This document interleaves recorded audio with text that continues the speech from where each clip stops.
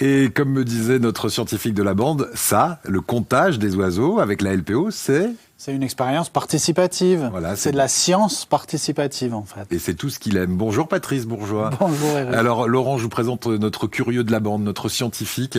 Et régulièrement dans cette émission, il vient nous étonner. Est-ce que vous êtes curieux de nature ? Très curieux. Si je vous dis le blob, ça vous parle ? Le blob, j'en ai entendu parler. Ouais.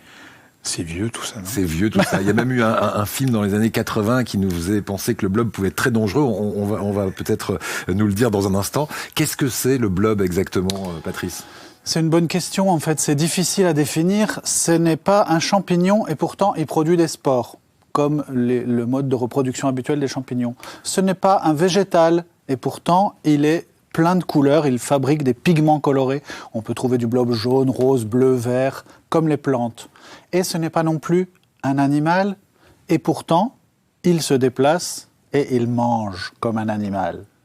En fait, c'est un organisme unicellulaire très particulier de la famille des amibes, qui peut être énorme. Alors c'est une seule cellule, il faut bien se représenter ça. Une seule cellule, et ça peut faire des mètres carrés. Comme un neurone ou un spermatozoïde par exemple, sauf qu'il peut s'étaler sur 10 mètres carrés. Incroyable. Donc c'est énorme, colossal. Et on le trouve n'importe où, en forêt, sur un tronc d'arbre, où est-ce qu'on le trouve ? Pas n'importe où en fait, parce qu'il n'aime pas du tout la lumière et il n'aime pas du tout le sec. Donc on le trouve dans les endroits sombres et humides, par exemple sous les souches en décomposition ou en grattant un petit peu sous la terre. Il y en a plusieurs espèces en France. Au total, il y en a plus de 1000 espèces qui existent dans le monde qui ont été répertoriées jusqu'à aujourd'hui. Voilà, alors on le voit en image. Il est visible, on peut vraiment le repérer dans la nature.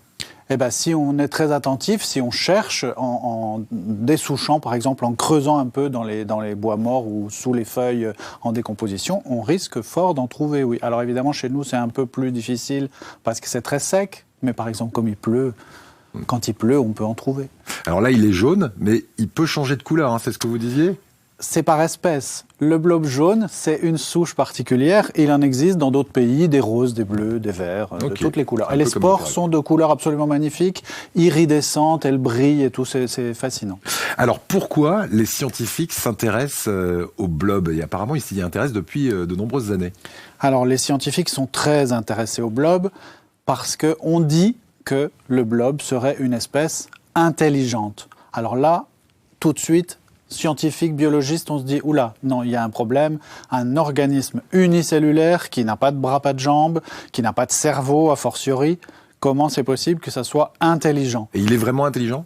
Eh bien, c'est pas la forme d'intelligence au sens où on en parlait tout à l'heure du cortex préfrontal, par exemple, hein, évidemment, puisqu'il n'a pas de cortex. Alors, qu'est-ce que font les scientifiques ? Ils font des expériences avec lui. Par exemple, si on met un blob dans un labyrinthe et qu'on lui met de la nourriture à la sortie, en quelques jours, il va trouver la sortie.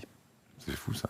Donc, on se dit, ah bah oui, il est intelligent. Alors, faisons une autre expérience. On met un blob devant un obstacle, un produit qu'il n'aime pas, et on met de la nourriture derrière. Au début, il reste du côté protégé. Et puis, petit à petit, comme il a faim, il va explorer par-dessus le produit qu'il n'aime pas et il va aller chercher sa nourriture. Il développe des stratégies. Il développe des stratégies. Le lendemain ou la prochaine fois, il va y aller directement, encore plus vite, encore plus fascinant. On met un blob, parce qu'on peut le découper en plusieurs morceaux, et il va se reconstituer si jamais les deux morceaux se retrouvent. Donc on peut former un blob, à passer par-dessus les obstacles pour aller chercher sa nourriture. Mettons-le en contact avec un blob naïf qui n'a pas encore appris. Ils se reconstituent, qu'est-ce qu'ils font ? Ils vont chercher leur nourriture directement.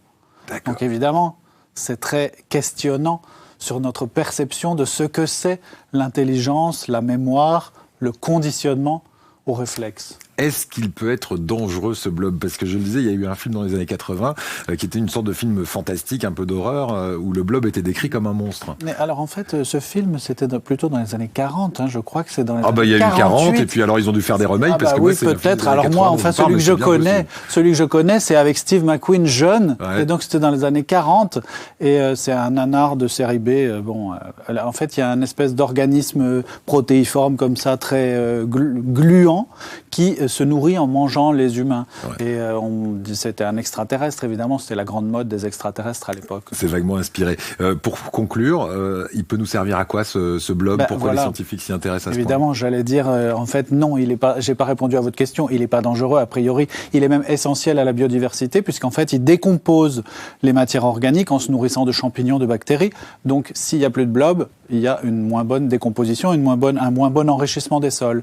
Il permet aussi aux scientifiques de mimer, par exemple, la progression d'un réseau de veines dans un cancer.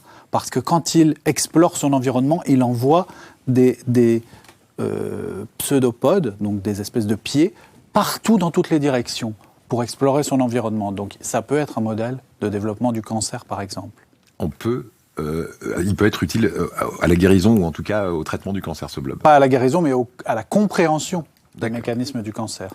Merci beaucoup pour ces explications curieuses comme à chaque fois.